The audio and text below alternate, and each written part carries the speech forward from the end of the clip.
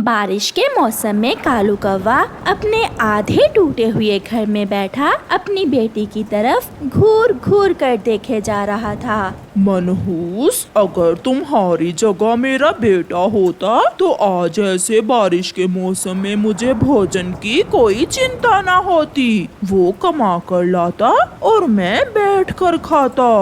उसकी बेटी, जिसका नाम चुन्नी था, ये बातें उसके लिए नई न थी, इसलिए वो कुछ बोले बिना रोने लगती है। तुम भी तो किसी के बेटे ही हो, क्या कमा कर दिया तुमने अपने परिवार को? पहले अपनी माँ को रुला रुला कर मारा और अब हमारी बारी है। चुप चुप कर जा, अगर और काएं काएं की तो जान से ही मार दूंगा। ऐसे बोलता हुआ कालू कौवा घर से निकल जाता है। वो बारिश में उड़ता हुआ जा रहा था। सामने अपने घर के बाहर छाता लिए बैठे हुए कबूतर को देखकर कालू कौवा वहाँ चला जाता है। कबूतर, तुम्हें तो पता है यार, मेरी एक बेटी ही है। अगर बेटा होता तो वो मेरे लिए कमा कर लाता। मुझे कुछ पैसे दो ताकि तुम उल्लुओं से जाकर दारू पी सको। अपनी बेटी को बदनाम करने से अच्छा है तुम कोई काम धंधा करो। चल भाग यहाँ से। कौवा वहाँ से चला जाता है और मिट्ठू तोते के पास जाता है। मिट्ठू, तुम्हें तो पता है मेरी बेटी है। हाँ हाँ, अगर बेटा होता तो कमा कर लाता ताकि तुम दारू पी सकते। चल भाग यहाँ से। मिट्ठू तोता कालू कौवे की पूरी बात सुने बिना ही उसे भगा देता है। क्या सुहाना मौसम है। ऐसे मौसम में अगर मुझे दारू ना मिला तो मैं मर जाऊंगा। मगर अब तो कोई मुझे उधार भी नहीं देता। ऐसे सोचते हुए कालू कौवा उल्लू के पास पहुंच जाता है। मित्र, मैं मर रहा हूँ, प्लीज आज मुझे दारू उधार दे दो। मैं लुटा दूंगा आपके पैसे। ऐसे बारिश के मौसम में दारू लाना कोई आसान काम नहीं है, और हम तुम्हें उधार दे दें। मित्र, तुम्हें तो पता है मेरी बेटी ही है। अगर बेटा होता तो कमा कर लाता और मैं मजे मजे से ऐसे बारिश के मौसम में दारू पी सकता।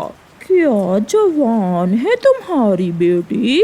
हाँ, इतनी जवान है कि घर में सारा ही भोजन खा जाती है और मुझे उससे कोई फायदा नहीं है। अच्छा, अगर ऐसा है तो तुम जाओ, मैं शाम को दारू लेकर आ जाऊंगा और तुम्हारे घर में बैठकर ही दारू पियेंगे। ये सुनकर कालू कौवा बहुत खुश हो जाता है। आ जाओगे ना? कहीं तुम झूठ तो नहीं बोल रहे? हाँ हाँ, और साथ भाभी जी के हाथ की बनी हुई चाय पियेंगे। तो फिर मैं जाकर चाय का इंतजाम करता हूँ और तुम दारू लेकर आ जाना।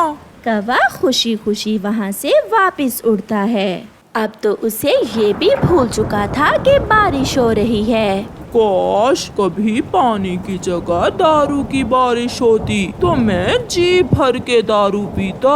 मैं कौवा, कालू कौवा, हवाओं में उड़ता जाऊं मैं कौवा। हा हा हा हा हा हा हा हा। घर पहुंचकर कालू कौवा अपनी पत्नी गोरी कौवी से कहता है, गोरी, थोड़ा दूध रख लेना, आज शाम मेरा एक मित्र आ रहा है मुझसे मिलने। एक प्याली दूध है, हम चाय नहीं बनाते, तुम्हारे मित्र के लिए रख लेते हैं। चुन्नी, कैसे उदास बैठी हुई हो? जाओ और जाकर अपने बाल संभालो। क्या कहेगा मेरा मित्र तुम्हें देखकर? पिताजी, क्या बात है? आजा मुझसे बहुत प्यार से बात कर रहे हैं। मुझे पता है एक ना एक दिन तुम मुझे इतना कमा कर दोगी कि मैं सारी उम्र बैठकर दारू पी सकूंगा। अब तुम जाओ। मैं देखती हूँ। जी, कौन है आप? किससे मिलना है? भाभी जी, मैं उल्लू हूँ, आपके पति का पुराना मित्र। मिलने आया हूँ उससे। अंदर ले आओ गोरी, इसे अंदर ले आओ, ये मेरा मित्र उल्लू है। उल्लू कौवे के घर में चला जाता है। कौवे यार, तुम्हारा घर तो जगह जगह से टूटा हुआ है।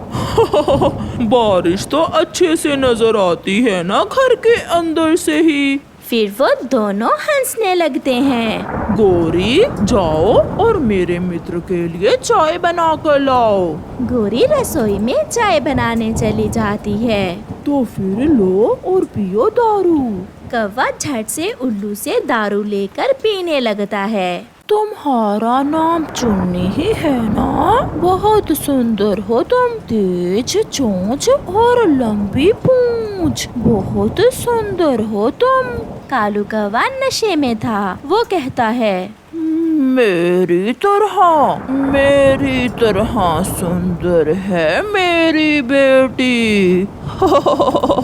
पिताजी कितने बेशर्म हैं आप, अपनी जवान बेटी के सामने बैठकर दारू पी रहे हैं और कैसे कैसे पक्षियों को घर में ले आते हैं आप। आहिस्ता आवाज में बात करो।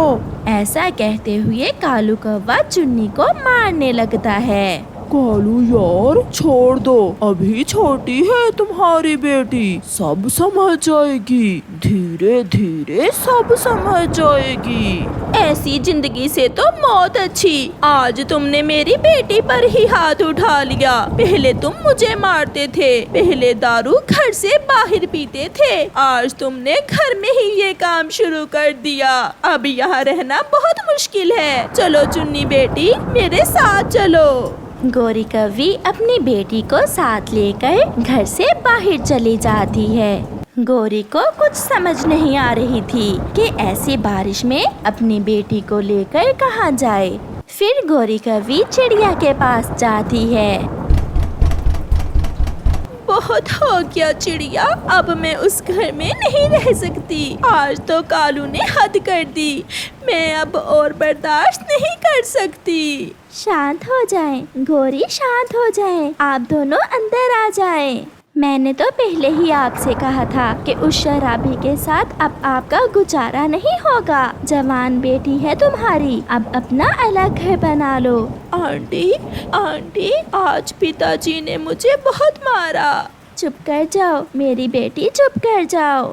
रात गुजर जाती है। सुबह का सूरज रोशन था, बारिश भी रुक गई थी। बदलते मौसम के साथ गोरी कौवी का जीवन भी बदल गया था। वो और उसकी बेटी चिड़िया के घर के साथ ही अपने लिए अलग घर बना रही थीं।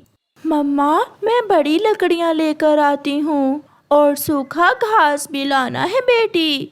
वो माँ बेटी बहुत खुश थीं। उन्होंने एक नए जीवन की शुरुआत की थी। दूसरी तरफ कालू कौवा दारू पीकर मदहोश पड़ा था। वो मरा नहीं, जिंदा था, मगर उसकी जिंदगी का कोई मकसद नहीं था। जंगल में तेज बारिश हो रही थी। मम्मा चिड़िया और उसके दो बच्चे, एक का नाम कुकू और दूसरे का नाम जूजू, अपने घर में बैठे हुए थे।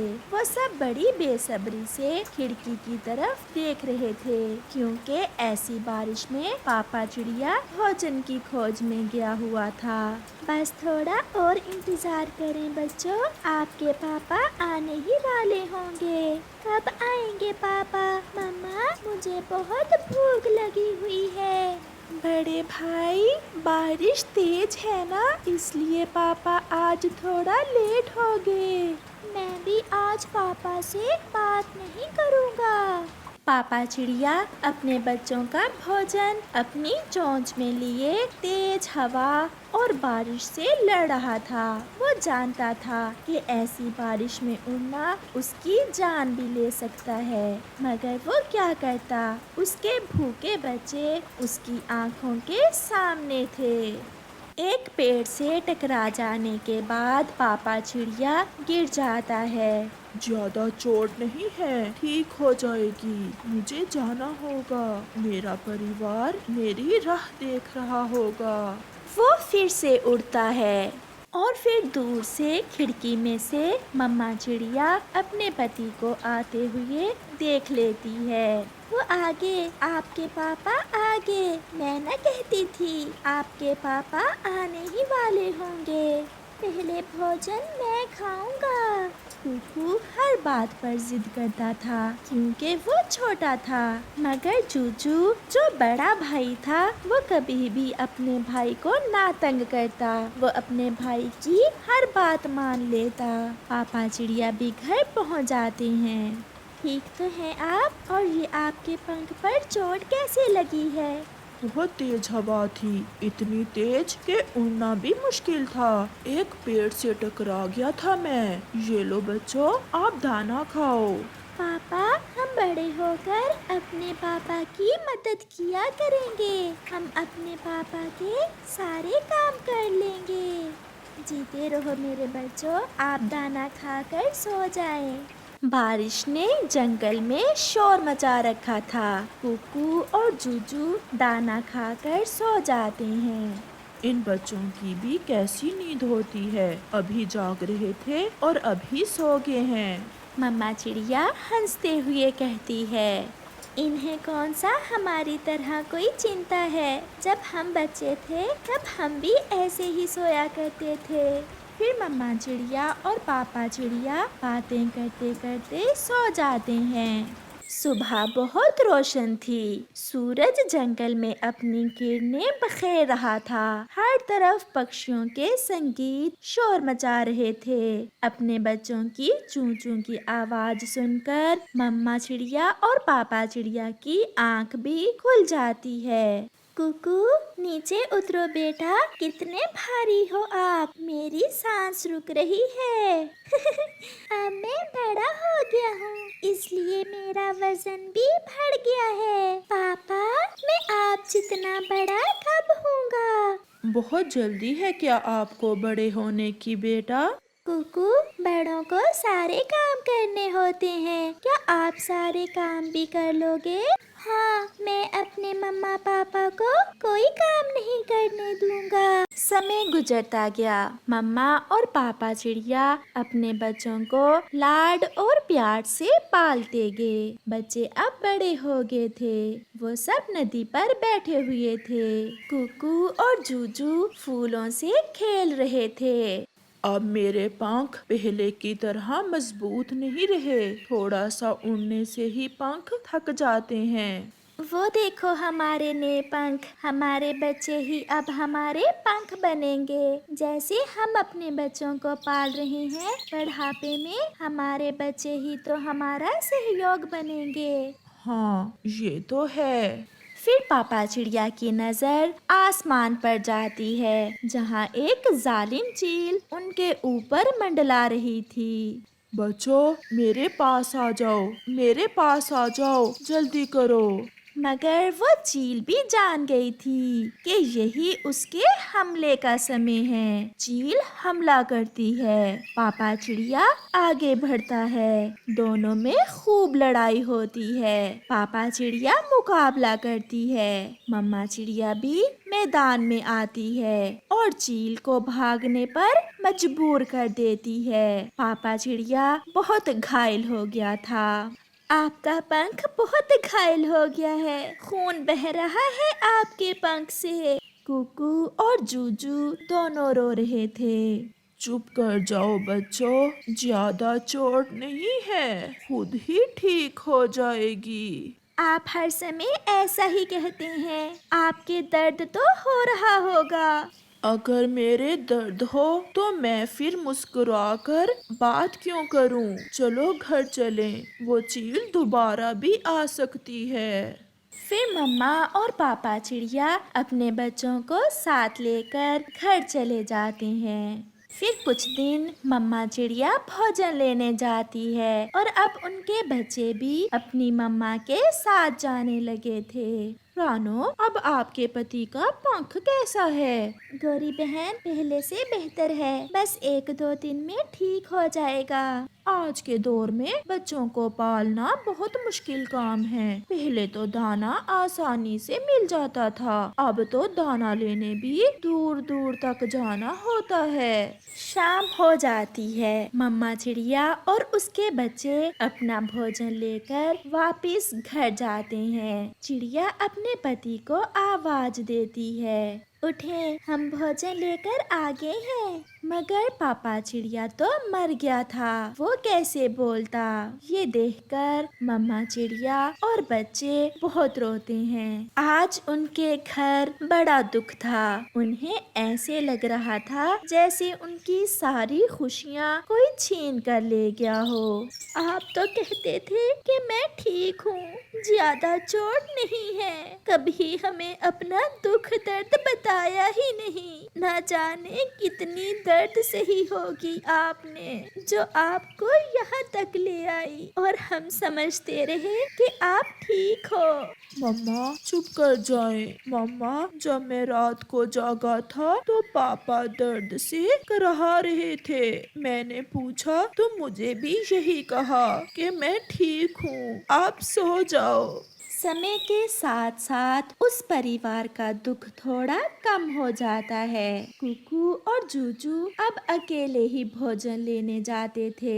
वो अपनी मम्मा के लिए मीठे मीठे फल लेकर जाते, अपनी मम्मा के लिए अच्छे से अच्छा दाना लेकर जाते। भाई, ये मीठा फल हम मम्मा के लिए ले जाते हैं और हम दोनों भाई चने खा लेते हैं। हाँ भाई, मम्मा को मीठा फल बहुत पसंद है। ऐसे वो बच्चे अपनी मम्मा का बहुत ख्याल रखते। और फिर मम्मा चिड़िया दो सुंदर सी चिड़ियाएं देखकर अपने बेटों की शादी कर देती है। मम्मा, आप पापा को याद करके रो रही हैं ना?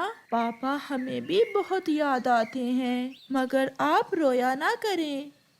मम्मा, आपकी खुशी के लिए ही तो हम जीते हैं। आपकी आंखों में आंसू देखकर हम भी दुखी हो जाते हैं। मम्मा, देखे तो आपकी बेटियां भी उदास हो रही हैं आपको देखकर। फिर मम्मा चिड़िया हंसने लग जाती है और वो सब फिर से खुशियों भरा जीवन गुजारते हैं। प्यारे दोस्तों, मम्मा पापा अपनी सारी जिंदगी अपने बच्चों को पालने में गुजार देते हैं, उनके लिए घर बनाते हैं, उनके अच्छे फ्यूचर के लिए अपनी जिंदगी गुजार लेते हैं, और बदले में उनसे क्या लेते हैं? केवल एक मुस्कुराहट, वो भी अगर जीवन साथ दे तो। इसलिए कुकू और जूजू की तरह अपने मम्मा पापा को खुश रखें और उनका ख्याल रखें। आपका धन्यवाद।